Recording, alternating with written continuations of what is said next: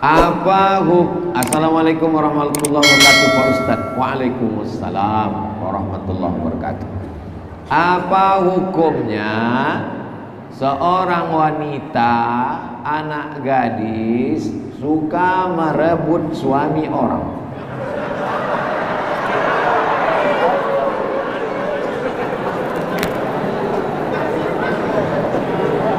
Pergi ke laut menangkap berang-berang, pergi menangkap berang-berang sambil mengais-ngais. Kalau anak gadis suka mengganggu laki orang, maka yang jomblo menangis-nangis. Kenapalah kalian ganggu laki orang, padahal anak muda yang ganteng-ganteng, yang lajang-lajang masih ada banyak lagi. Ini memang lain selera kawannya. Laki orang lah dia kan. Maka dalam Islam diajarkan, la taqrabu zina, jangan dekati zina. Tukar-tukar nomor handphone, kenal-kenalan di aplikasi, komen-komen, like di Instagram, FB, pancing memancing. Handphone bapak pakai password, ibu tak boleh tengok. Akhirnya terjadilah apa yang terjadi. Sarana prasarana telekomunikasi memudahkan orang mengaji, memudahkan orang buat baik, tapi buat dosa juga semakin mudah. Maka perlu hati-hati dan waspada. Hati mesti sering ditundukkan dengan zikir dan selawat, ke masjid berjamaah. Kalau tidak godaan zaman nih, masya Allah, tabarakallah, subhanallah, na'udzubillah. Bapak-bapak yang sudah mengaji, alhamdulillah. Mudah-mudahan anak-anak gadis yang mengganggu ini segera berjumpa dengan jodoh yang baik-baik, insyaallah. Ibu mesti bersolek lebih cantik dari anak gadis. Kalau tidak, saingan ibu berat, Bu. Betul tak kata saya? Banyak perempuan bersolek di luar rumah untuk laki-laki orang lain. Tak betul. Perempuan bersolek untuk suaminya. Suaminya pulang, dia bersolek. Jangan sampai dia bau bawang putih, bau minyak kayu putih. Maka dia mesti menunjukkan diri baik. Laki-laki mesti menjaga matanya, harkat martabat kehormatannya. Kullukum ra'in, setiap kamu adalah pemimpin wahai laki-laki. Wa kullukum mas'ulun, kamu akan disoal, kamu akan ditanya malaikat tentang amanah. Malam ini judul kita amanah. Amanah suami adalah jaga istri, jaga anak, jangan selingkuh, jangan sampai kenalan dengan anak gadis yang mengganggu. Saya tahu ibu ini bukan bertanya, cuman mau curhat tentang suaminya saja. Mudah-mudahan Allah bukakan pintu hati. Ibu yang suaminya sedang diganggu, mengadu kepada Allah, berdoa, berzikir. Mengadu kepada manusia, ibu punya wali.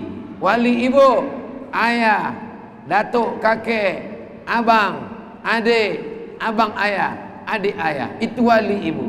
Panggil suami. Bukan ibu yang menasihati dia. Wali memanggil.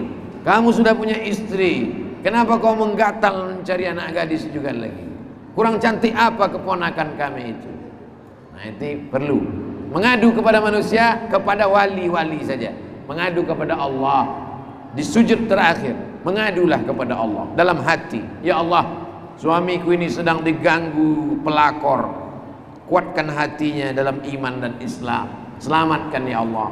Adapun pelakor ini, berikan hidayah, dekatkan jodohnya, tapi jangan suamiku ya Allah. Bagaimana hukum orang hafiz Quran bermakmum kepada orang awam, sedangkan mereka tahu kalau ada hafiz? Ini nampaknya menyindir saya karena nggak hafal Quran tadi. Majulah Abdul Somad jadi imam, padahal di belakang ada orang yang lebih baik nasabnya. Habib Rifqi, dia sayyid, saya tak sayyid. Ada orang yang lebih banyak hafalannya, ada orang yang pakaiannya lebih sunnah, dia berjenggot, saya belum tumbuh. Beliau bersorban, saya berpeci. Apa hukumnya? Yang maju jadi imam pertama adalah ulil amri, pemimpin.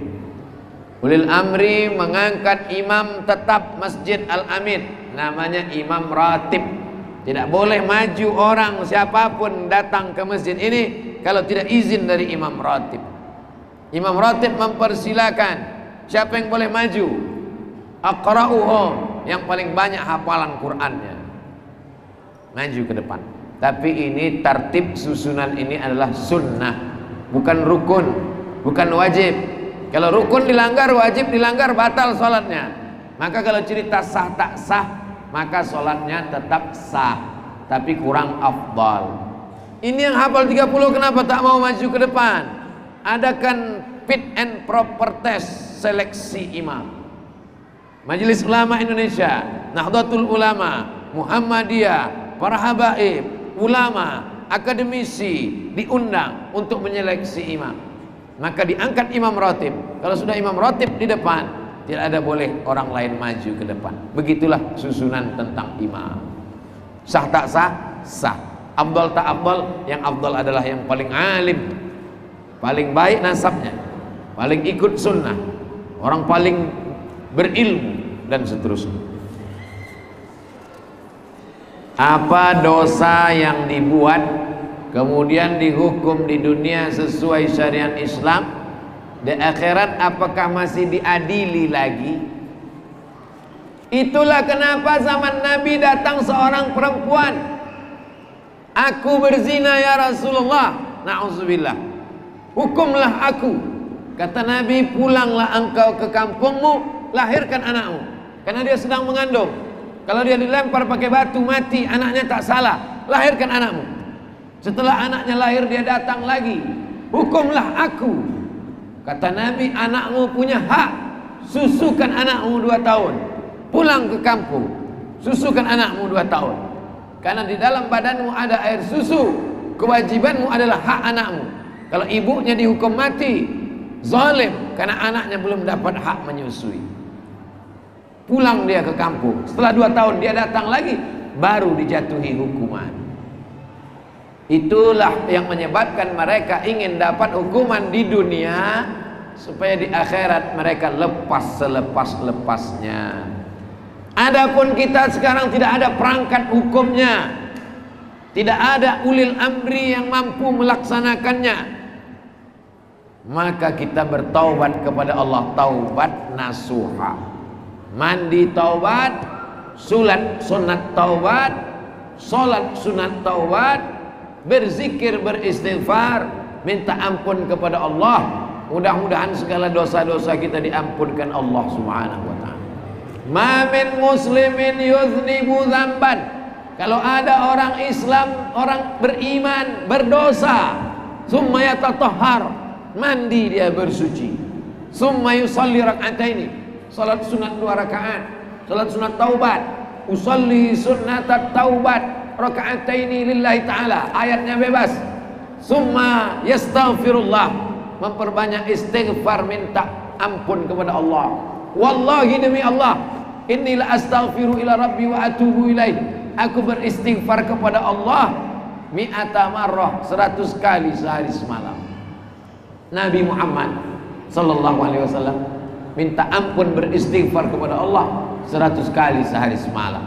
Padahal dia tak berdosa, padahal dia dijamin masuk surga, padahal dia sayyidul anbiya wal mursalin. Kenapa istighfar kita terlalu sedikit? Maka perbanyak istighfar, minta ampun kepada Allah Subhanahu wa ta'ala. Bagaimana cara kita untuk terus bertawakal kepada Allah? Usaha dulu, pakai masker, cuci tangan, jaga jarak, berhati-hati, waspada, tawakal. Kena juga takdir. Sehat berarti Allah panjangkan umur supaya beribadah. Mati berarti ajal sudah sampai. Tidak ada bumi yang basah, tidak ada bumi yang kering, tidak ada ranting yang patah, tidak ada daun yang jatuh.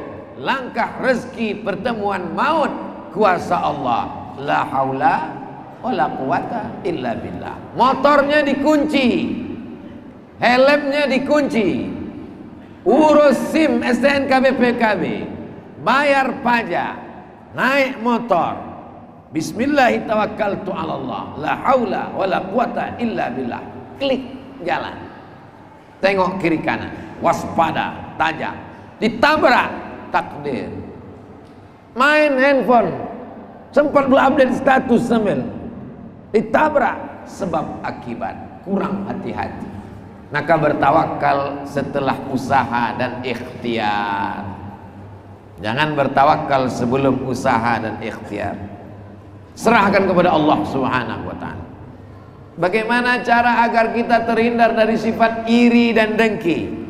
Pertama, pahami siapa yang iri, siapa yang dengki, hilang amalnya. Iyyakum wal hasada, takutlah kamu penyakit hasad. Fa innal hasada, karena penyakit hasad yakulul hasanat, memakan amal-amal baikmu.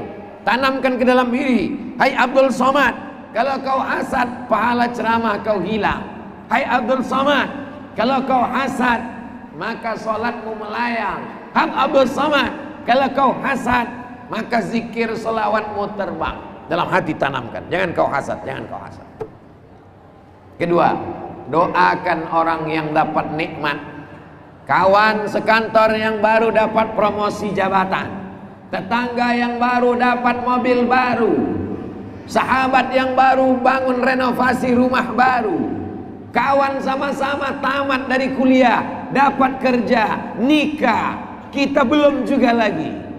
Datang hasad dalam hati, doakan dia di tengah malam, panjangkan umurnya ya Allah, sehatkan dia supaya menghilangkan hasad dari dalam hati. Yang ketiga, berdoa kepada Allah, bersihkan hatiku dari hasad ya Allah. Rabbis rahli sadri, lapangkan hatiku, bersihkan. Di antara menyebabkan hati sempit adalah karena hasad. Gara-gara hasad, hati sempit, jantung berdetak rusak, kumat ke kepala, berpengaruh ke tubuh. Orang beli rumah baru, naik darah tinggi. Orang beli mobil baru, kumat jantung koroner. Gara-gara hasad. Tapi yang selalu disalahkan kambing. Kata kambing, aku tak salah. Itulah gara-gara kambing hitam. Assalamualaikum Ustaz. Waalaikumsalam warahmatullahi wabarakatuh. Saya di kapal perjalanan ke Maluku Utara, ke kampung Habib Rifki. Dihantam ombak kapal kami, sempat goyang. Lalu saya mengumpulkan prajurit untuk bersama baca Yasin. Kumpulkan prajurit, baca Yasin. Yasin wal Qur'anil Hakim, innaka laminal mursalin ala siratim mustaqim. Dan ada yang bilang surat Yasin tak usah dibaca karena tak ada dalilnya. Kalau saya lah yang jadi komandan di situ, ini sedang goncang, kita sudah ajak baca Yasin, tiba-tiba datang satu orang berdiri, jangan baca Yasin, gak ada dalil, campakkan dia ke bawah. Orang sedang susah. Wa idza quri'al Qur'an, kalau Quran dibacakan, fastami'u lahu, dengar baik-baik, wa ansitu, diam, la'allakum turhamun, mudah-mudahan kamu dapat rahmat. Mendengar Quran saja dapat rahmat, kalau baca Quran maka turun rahmat. Bapak beserta pasukan yang ada di kapal tenang. Ketenangan, risau, takut, cemas, ombak ke bawah tak berpijak, ke atas tak bergantung, dipukul ombak dihempas gelombang, terbayang anak, terbayang istri, terbayang kredit belum lunas. Membaca Yasin menurunkan ketenangan, menurunkan rahmat Allah. Yasin itu Quran apa tak Quran? Quran. Kenapa mesti Yasin? Kenapa mesti Yasin Ustaz? Karena Al-Baqarah kepanjangan. Bukan. likulli syai'in qalbun, segala sesuatu punya hati. Wa qalbul Quran Yasin, hatinya Al-Quran adalah Yasin. Kalau kau dapat hatinya, kau dapat semuanya. Bapak bisa dapat ibu kan karena hatinya duluan. Begitu juga lah dengan Quran, hatinya kau sentuh, maka dapat yang lain-lain. Itulah maka Yasin dibaca. Kenapa Yasin dibaca? Buka tafsir Ibnu Katsir, di muqaddimah tafsir Ibnu Katsir surat Yasin. Apa kata Imam Abul Fida Ismail Ibnu Katsir? La tuqra'u fi amrin asirin. Kalau surat Yasin ini dibacakan pada perkara yang susah, yang sulit, yang payah, illa yassarahullah, dimudahkan Allah. Sulit sakratul maut, bacakan, gol, mati. Sulit anak lahir, bacakan, dimudahkan Allah. Kesulitan di tengah lautan, tak ada tempat meminta menolong, memintalah dengan baca surat Yasin. Yang keempat, bertawassul kepada Allah dengan amal soleh. Setelah dibaca Yasin tadi, minta, ya Allah, kami meminta kepada Engkau berkat kemuliaan surat Yasin, lepaskan kami dari musibah ini ya Allah. Begitu tentang membaca surat Yasin ketika menghadapi masalah. Saya dan istri ada problem Pak Ustadz. Siapa yang tak punya problem? Istri saya beberapa waktu lalu berselisih, bertengkar dengan ibu mertua saya. Berarti dengan mak dia lah ini. Saya sudah mendampinginya untuk menghadap dan meminta maaf sebanyak 2 kali, tapi hasilnya tak sesuai harapan. Mohon pencerahan dari Pak Ustadz. Meminta maaf kepada ibu 2 kali, tak dimaafkan, mundur. Mau berapa kali? Kalaulah ibu itu dulu menyusukan kita cuma 2 kali, habis itu dia mundur, sudah lama kita mati. Kalaulah ibu itu dulu mengerang, meneran, ngeden kata orang Jawa, 2 kali aja dia ngeden, tak lahir, kemudian dia berhenti, tak lahir kita ke dunia. Kalaulah ibu itu dulu tak sabar menyusukan, mendidik, mengajar kita, hanya 2 kali aja. Berapa kali dia melarang kita, jangan kau main-main, habis maghrib nanti kau ditangkap hantu, jangan kau terlambat pulang. Tak pernah dia bosan. Lalu kenapa sekarang kita bosan meminta maaf? Jangan pernah bosan, jangan pernah hitung sekali 2 kali. Belikan makanan yang dia suka, bawakan. Besok sore bawakan goreng pisang mulut bebek sama guraka. Bawakan sup saudara, bawakan makanan yang dia suka. Belikan mukena telekung, belikan sajadah, belikan tasbih. Masalah dipakainya tak dipakai, ada masanya dibukakan Allah pintu hatinya. Anak lajang mendekati anak gadis, perempuan, menaklukkan hatinya, bolak-balik datang, padahal yang diinginkannya masa depan. Anak lajang mendekati perempuan itu kan masa depan, ibu itu masa lalu. Sudah diberikannya rahimnya, sudah diberikannya air susunya, sudah diberikannya tetes puluh keringat air matanya, sobek dagingnya waktu mengeluarkan kita. Lalu kita menghitung sudah 2 kali, 3 kali. Jangan pernah hitung. Sampai kapan?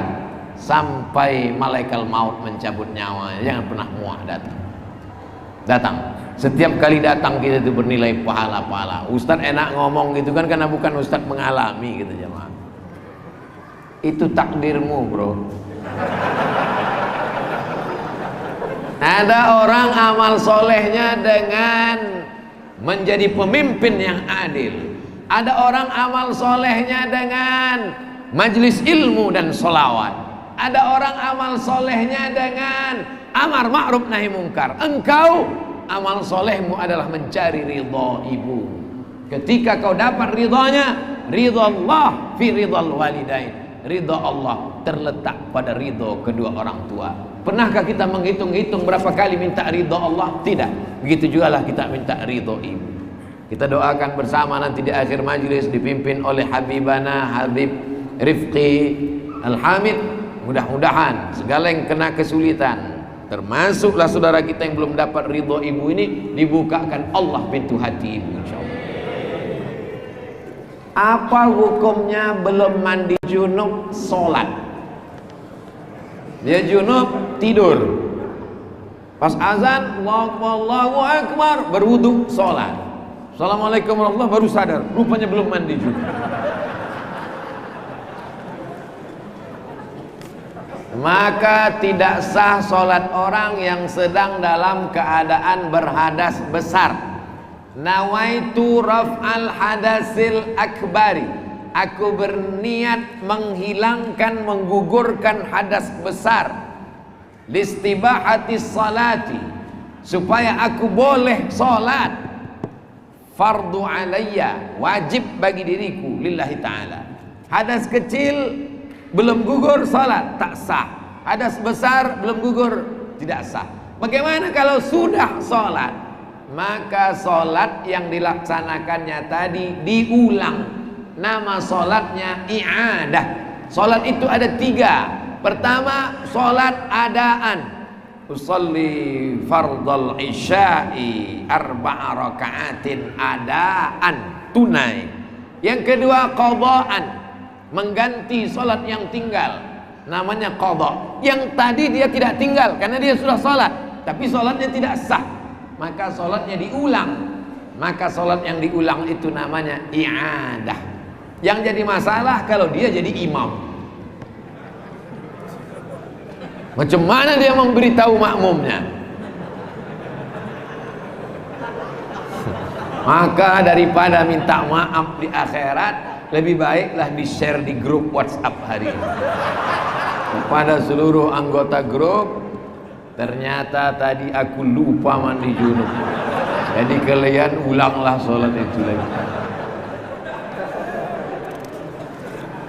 Apakah berinvestasi saham di aplikasi itu halal atau haram?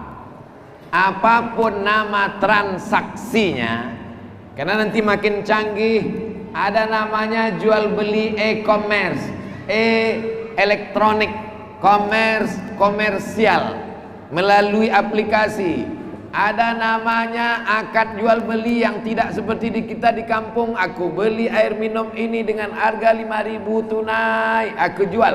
Sekarang sudah pakai aplikasi, macam-macam. Maka ulama fikih menetapkan 3 syarat. Kalau 3 syarat itu tidak ada satu dari 3, maka jual belinya sah, makbul, diterima. Pertama, tidak ada gharar, gambling, ketidakpastian, judi. Yang kedua, tidak ada zulm, aniaya, zalim. Yang ketiga, tidak ada ghish, tipu. Kalau tidak ada unsur tipu, tidak ada unsur gharar, gambling, tidak ada unsur zulm, aniaya, maka transaksi jual beli itu sah. Untuk lengkapnya tulis di Google fatwa DSN. Kalau minuman mesti ada fatwa Majelis Ulama Indonesia, label halal MUI. Tapi kalau masalah ekonomi, nama yang memberikan fatwa DSN, Dewan Syariah Nasional, dalam bentuk PDF, bisa di-download untuk detailnya. Bagaimana membuat istri senang? Saat pulang kerja, istri saya sering menyambut dengan mukanya marah. Kalau bapak pulang, maka ibu mandi, pakai bedak, pakai minyak wangi untuk suami, bukan untuk orang lain. Bersoleklah untuk suami di rumah, bukan untuk tukang ikan di pasar. Karena kalau ibu bersolek untuk tukang ayam, nanti tukang ayam salah potong. Maka ibu sambutlah dia dengan baik. Innama huwa jannatuki wa naruki. Suamimu bisa jadi surgamu, suamimu bisa jadi nerakamu. Dan suami juga mesti menjadi suami yang baik, mengikuti aturan syariat Islam, lemah lembut tutur kata dan bahasa. Sudahlah ngasih 500.000, permintaannya 5 juta. Ini tak betul, saling menjaga. Maka insya Allah Allah turunkan rahmat dalam keluarga bapak. Amin. Orang yang mabuk karena khamar tidak wajib sholat. Ini perlu diluruskan. Nanti orang yang malas sholat dia mabuk terus. Orang yang mabuk, maka sebelum dia sadar sholatnya tidak sah, karena syarat sholat baligh dan berakal. Sedang dia akalnya tak ada, akalnya sedang terbang. Setelah dia sadar baru datang lagi. Sholat itu sah bagi orang yang sadar. Maka setelah dia sadar baru dia sholat. Bagaimana dengan orang yang mabuk dalam perjalanan? Mabuk naik pesawat muntah-muntah, mabuk naik bis, mabuk naik helikopter, mabuk naik kapal laut. Lain mabuk itu dengan mabuk yang ini. Ini nampaknya yang nanya ini belum pernah mabuk. Jadi Ustadz pernah? Belum juga. Jadi kalau saya kalau jalannya belok-belok, memang saya mesti minum antimu, tak kuat saya. Tapi kalau sedang mual, sholat tidak gugur, kita tetap sholat. Tidak bisa sholat berdiri, duduk. Tidak bisa sholat duduk, berbaring, miring ke kanan, ke arah kiblat. Kepalanya di sini, kakinya di sini, ke kiblat. Tidak bisa sholat berbaring, miring, sholat telentang, pakai isyarat mata. Tak juga sholat, baru kita sholat. Jadi yang mabuk karena kendaraan tadi tak sama dengan orang mabuk karena khamar. Kedua, banyak orang ragu melaksanakan sholat saat dalam perjalanan karena merasa tak bersih, kotor. Bagaimana Pak Ustadz agar kita tetap sholat meski dalam perjalanan? Keringat tidak najis. Ini baju berkeringat tak najis. Ketiak busuk tak najis. Daki tak najis. Maka belajar toharah. Mau sholat baju. Maka yang paling bagus, berhenti saya di masjid, pinggir jalan. Saya tengok supir kol diesel membuka tempat duduk mobilnya. Diambilnya kresek. Saya sempat suuzon. Saya sangka dia mau numpang di kamar mandi masjid. Keluar dari toilet saya tengok dia pakai sarung. Supir kol diesel punya sarung untuk sholat karena dia takut terpercik. Jadi bapak-bapak yang musafir bawa kain sarung. Nanti buka pakaian, celana, pakai kain sarung, sholat, baju bersih. Kan tak ada orang kencing, air kencingnya sampai ke atas kan tak ada. Yang dikhawatirkan itu kan tuh, maaf, cuman celana dalam sama celana tuh. Celana tuh khawatir terpercik waktu air kencing ke kaki. Yang pakaian itu saja. Kalau baju, pakai baju kaos, pakai sah. Tapi kalau bagus dia bawa baju koko, afdol. Bedakan antara sah tak sah dengan afdol tak afdol. Sholat pakai baju kaos, pakai kain sarung, sah. Tapi kalau afdol pakai baju putih, penutup kepala, maka beli buku fikih Islam Sulaiman Rashid 40.500 halaman, murah, supaya bisa kita membedakan mana rukun, mana syarat, mana wajib, mana sunnat, supaya bisa kita tahu, jangan sampai tak bisa membedakan apakah sah tak sah atau afdol tak afdol. Bagaimana membayar utang puasa? Sudah lewat bertahun-tahun dan belum dibayar utang puasa. Ini Ramadan 1442. Ini Ramadan 1443. Yang tinggal di Ramadan kemarin 7 hari mesti diganti sebelum Ramadan ini datang. Syawal, Zulqa'dah, Zulhijjah, Muharram, Safar, Rabiul Awal, Rabiul Akhir, Jumadil Awal, Jumadil Rajab, Sya'ban. mesti diganti di antara Ramadan ini. Pinjam air minumnya sebentar Habib. Datang Ramadan berikutnya, yang Ramadan ini belum juga terganti, maka satu harinya kena denda, bayar satu hari dengan fidyah, membayar fidyah satu mud. Satu mud itu 750 gram beras. Jadi kalau tadi sebelum Ramadan ditinggal, sebelum Ramadan ini datang, dia hanya wajib bayar satu hari. Kalau 7 hari, bayar 7 hari. Tapi kalau sudah lewat Ramadan ini, 7 hari plus kena denda karena lalai. 1 hari plus 1 mud, 7,5 on. 10 hari plus 7,5 kilo. Datang Ramadan berikutnya. Apakah dengan bertambahnya Ramadan lalu dendanya bertambah? Tidak. Ramadan tak bertambah. Tapi jangan gara-gara ini lalu tidak mengganti puasa. Segeralah ganti puasa dengan laksanakan Senin Kamis. Niatnya qadha. Ibu, bapak puasa Senin, niatnya qadha, maka dapat pahala puasa sunat. Jangan niat puasa sunat, qadhanya tak lunas. Puasa hari Senin, puasa hari Kamis, niatnya qadha, insyaallah qadhanya lunas dan pahala puasa sunatnya dapat. Bagaimana kalau meninggal sebelum diqadha puasanya? Man mata, siapa yang mati wa alaihi siyamun, punya utang puasa, shoma anhu waliyuhu, dengan mati utang puasa tidak lunas. Kalau lunaslah utang puasa dengan mati, bagus kita mati. Mati utang puasanya wajib dibayarkan oleh ahli warisnya. Maka ahli waris jangan cuman tengok surat tanah, tengok juga surat utang puasa. Assalamualaikum bang. Waalaikumsalam. Besok abang datang ke rumah ya. Ini aku dapat catatan almarhumah emak nih di laci, mau kita bagi-bagi. Mantap kata dia. Rupanya catatan utang puasa, mau dibagi-bagi. Bagaimana dengan puasa ibu hamil?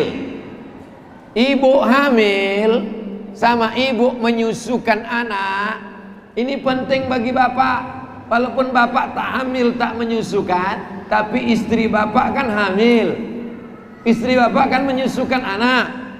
Ini penting. Suami tanggung jawab di hadapan Allah. Ibu hamil dan ibu menyusukan anak, ada 3 mazhab. Mazhab yang pertama, hanya bayar fidyah saja. 1 hari bayar fidyah saja. 1 mud 7,5 on, tambah plus lauk pauk. 1 hari bayar 1 fidyah. Pendapat pertama. Pendapat yang kedua, qadha saja, tidak usah bayar fidyah, qadha saja, ganti saja. Pendapat kedua. Tapi saya lebih condong pendapat ketiga, mazhab Syafi'i. Dalam mazhab Syafi'i, perempuan hamil dan menyusukan anak, kalau dia tidak puasa karena dirinya, qadha saja. Ibu kenapa tak puasa? Badan saya lemas, qadha saja.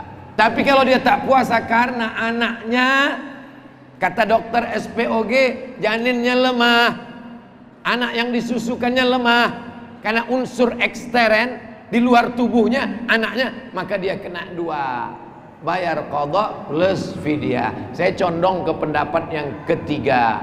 Ibu hamil, kalau karena dirinya, dia qadha saja.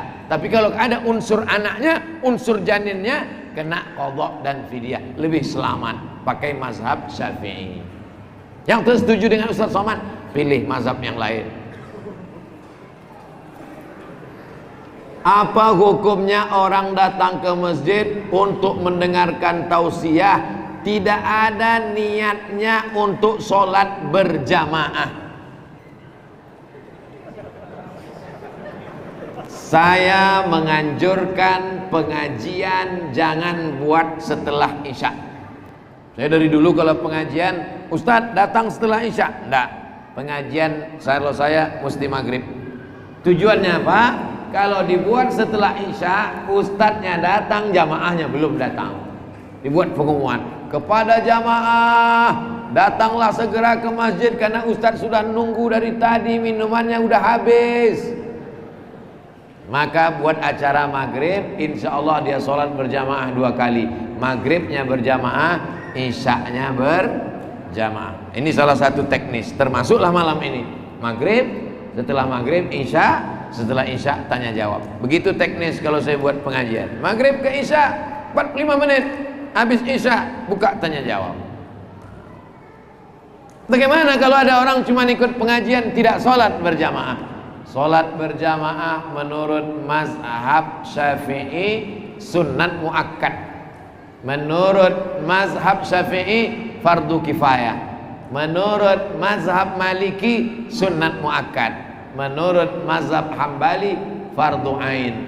Itu maka kalau kita di Makkah, Saudi Arabia, begitu azan Allahu Akbar, Allahu Akbar, datang Satpol PP ke toko-toko. Haji, roh. Karena sholat berjamaah wajib. Dalam setiap ceramah Ustadz mengatakan carilah guru, carilah mursyid menuntut ilmu.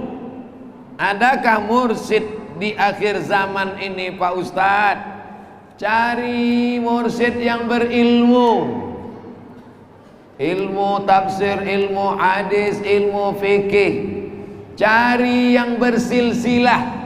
Kalau dia tarekat Naqsyabandiyah, kalau dia tarekat Syaziliyah, kalau dia tarekat Qadiriyah, kalau dia tarekat Samaniyah, tidak meninggalkan syariat, berakhlakul karimah, jadikanlah dia mursyid pembimbing. Kata Syekh Muhammad Said Ramadan Al-Buti dari Suriah Damaskus, kalau kau bingung tak ada mursyid, maka perbanyaklah sholawat, maka Nabi akan membimbing hatimu dengan memperbanyak sholawat. Tapi tetap berguru, ngaji kepada para habaib, kepada para ulama ahlus sunnah wal jamaah. Insya Allah Allah akan menerangi hati dengan cahaya iman. Walladzina jahadu fina, orang yang bermujahadah dilawannya hawa nafsunya untuk mencari hidayah, lanahdiyannahum subulana, kami akan tunjukkan jalan kami. Jalan yang paling utama untuk mendapatkan bimbingan adalah dengan memperbanyak sholawat. Allahumma salli ala Sayyidina Muhammad wa ala ali Sayyidina Muhammad. Berapa persen dari gaji yang harus dikeluarkan untuk sedekah? Kalau zakat 2,5%. Kalau sedekah Pak Ustadz, sedekah tidak ada batasan. Tapi tidak boleh semuanya. Jangan gara-gara saya bilang tak ada batasan, besok pagi semua tak punya rumah. Rumahmu mana? Udah kusedekahkan semua. Datang sahabat Nabi, sudah mau meninggal dunia, dijenguk Nabi waktu sakit. Anaknya cuma 1 perempuan, menantunya kaya. Ya Rasulullah, ambillah hartaku semuanya, ambil untuk sedekah. Kata Nabi, lah, tak boleh semua harta disedekahkan. Asyatru, kalau kau tak mau ambil semua, setengah, 50%. Tidak, kata Nabi, tak boleh ambil 50%. Mana tahu bapak punya harta 10 miliar, sudah siap dia mau mentransfer 5 miliar. Jangan. As-sulusu kasir, 1/3 pun banyak, tapi boleh. Makanya wasiat tidak boleh lebih dari 1/3. Kalau ada uang 1 miliar yang boleh diwasiatkan untuk sedekah hanya 333 juta. Yang 666 tetap dibagikan kepada ahli waris. Bagaimana pendapat Ustadz tentang kepercayaan sebagian masyarakat yang menganggap gunung dan kuburan memiliki kelebihan? Gunung punya kelebihan lebih tinggi, kuburan punya kelebihan. Karena kalau ditengok kuburan kita ingat mati, tapi mendatangkan manfaat dan menolak mudarat adalah Allah. La ilaha illa huwa. Iyyaka na'budu wa iyyaka nasta'in. Saya pakai cincin, ya. Cincin ini punya kelebihan, punya. Apa kelebihannya? Di antara batu-batu yang hitam, dia hijau. Kan punya kelebihan.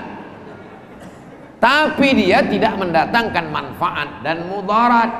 Pakailah ini. Kalau dipakai ini, semua mata jamaah akan tertuju kepada ustaz. Kemana tangan ustaz bergerak, ke situ mata jamaah. Saya tidak meyakini itu.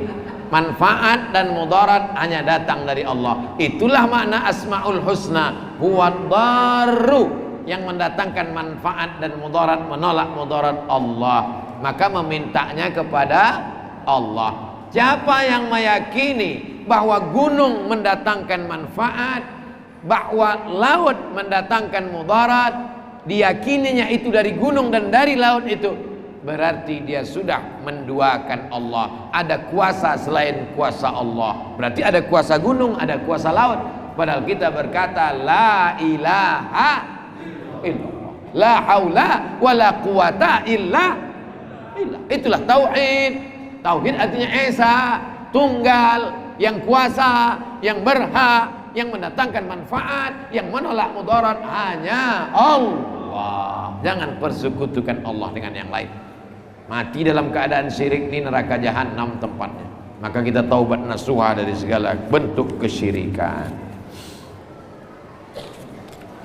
Bagaimana sikap kita sebagai seorang anak untuk menegur orang tua yang salah? Bapak saya sudah tak sama dengan ibu saya 26 tahun karena bapak menikah lagi. Tapi bapak tidak memberikan nafkah buat anak-anaknya, padahal bapak termasuk kategori orang yang mampu. Bapak-bapak, kasih 5 kepada anakmu, Pak.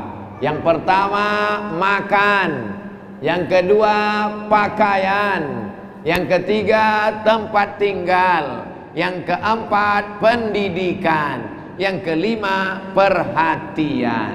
Kalau kau tidak berikan, maka kau akan dituntut di hadapan Allah. Salatmu akan diambil mereka, hajimu akan ditarik mereka, puasa sunatmu akan dihabis.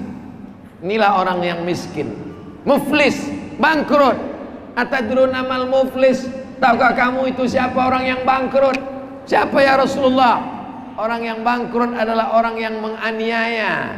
Tak dia kasih yang 5 ini, dia akan dituntut di hadapan Allah Subhanahu wa taala. Makan, pakaian, tempat tinggal, pendidikan, perhatian. Walaupun kau sudah mengaji anak muda, jangan pulang-pulang dari sini kau ceramahi bapakmu. Sini sebentar Pak, ada 5 yang mau ku sampaikan. Pertama makanan, yang kedua pakaian, yang ketiga tempat tinggal, yang keempat pendidikan, yang kelima perhatian. Kalau 5 ini tak kau berikan ke aku, maka solatmu melayang. Itu cukup aku saja. Menyampaikan ini berat guys, maka itu cukup aku saja. Kau tinggal potong video ini, kirimkan ke nomor WhatsApp bapakmu. Dimakinya engkau, disumpah serapahnya engkau, insya Allah itu semua menjadi beban pemberat amal solehmu di akhirat nanti insya Allah. Ada orang diuji dengan penyakit, ada orang diuji dengan kebakaran, tapi kau diuji seperti Nabi Ibrahim alaihissalam, mendapatkan bapak yang kurang ajar macam ini. Maka insya Allah kalau kau ridho, kau sabar, tapi kau tetap jalankan syariat, maka kau mendapatkan pahala sabar. Tapi jangan diam, karena perbuatan dia itu tak betul, perbuatan dia itu mungkar, perbuatan dia menyia-nyiakan anak, tak memberi nafkah, itu zalim. Maka dia mesti diluruskan. Yang meluruskannya adalah kita bersama. Amar ma'ruf nahi mungkar.